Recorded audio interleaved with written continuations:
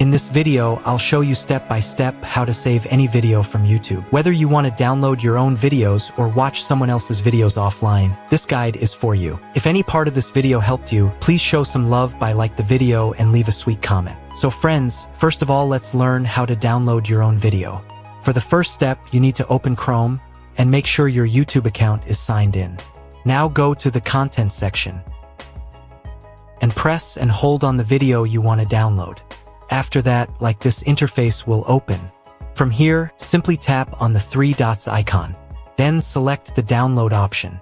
Now this video will be saved directly to your gallery. Now if you want to download someone else's YouTube videos, open YouTube. Select any video and tap on the three dots under the video. Then tap on the download video option. Here YouTube gives you two options. If you want to watch the video in high quality, you need to buy premium. Otherwise, there is also an option to download in medium quality. Select medium and start the download. After the download is complete, go to your profile to watch the video.